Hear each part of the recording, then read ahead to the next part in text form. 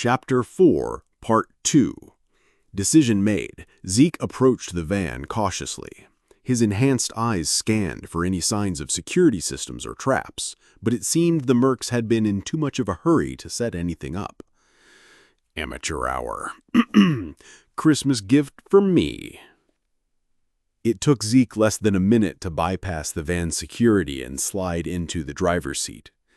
The interior was a tech head's dream, banks of computers, weapons racks, and enough hardware to outfit a small army. Focus, Zeke. Get to the safe house first. You can geek out over the toys later.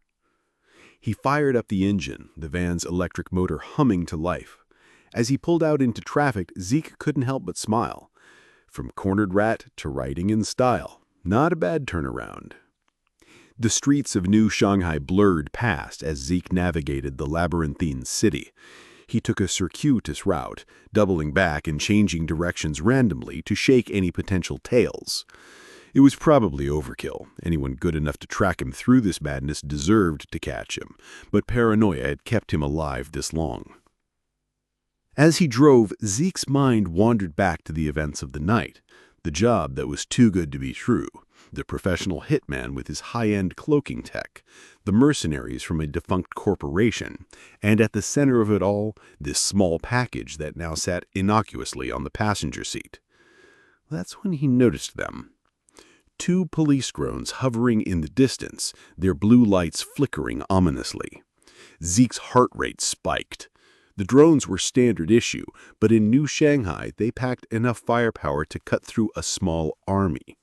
He cursed under his breath, slamming the gas pedal down as the van surged forward, its tires screeching against the rain-slicked streets. The drones equipped with thermal sensors and high-powered surveillance gear were relentless in their pursuit. Zeke twisted the steering wheel sharply, narrowly avoiding a collision with a delivery bot that had wandered into his path. The city blurred around him, a chaotic mix of neon lights and shadows. The drones closed in, the whirring of their rotors growing louder. One of them activated its loudspeaker, blasting a warning across the city streets. "Cease and desist. You are in violation of city ordinances. Pull over immediately." Zeke knew better than to comply.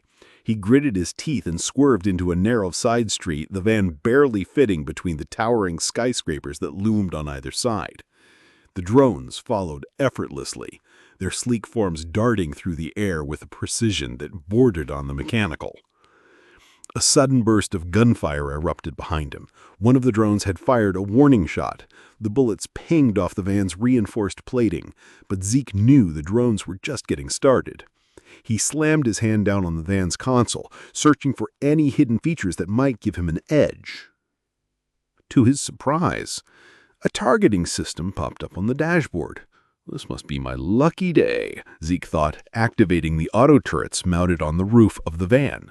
The targeting reticle locked onto one of the drones, and with a press of a button, the turret unleashed a hail of bullets.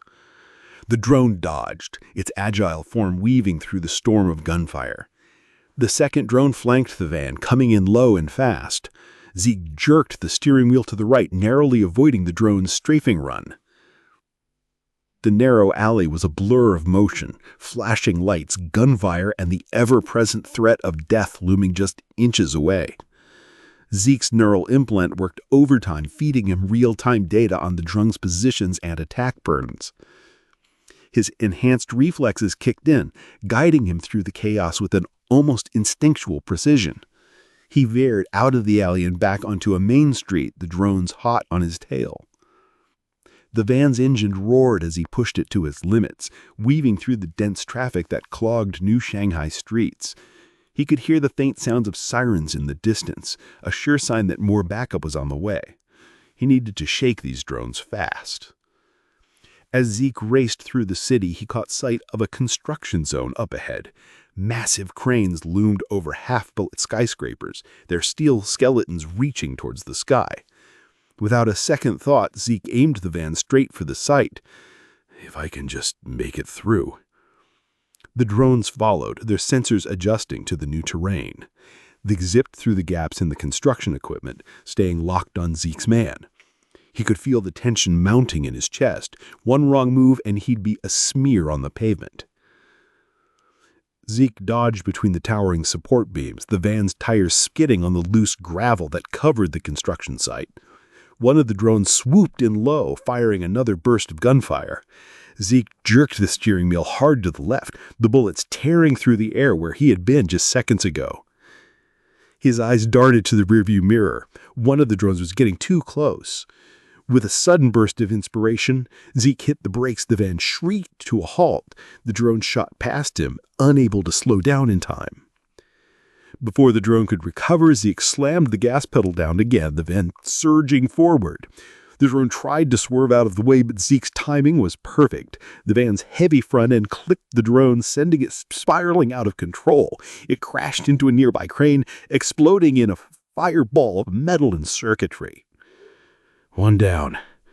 One to go.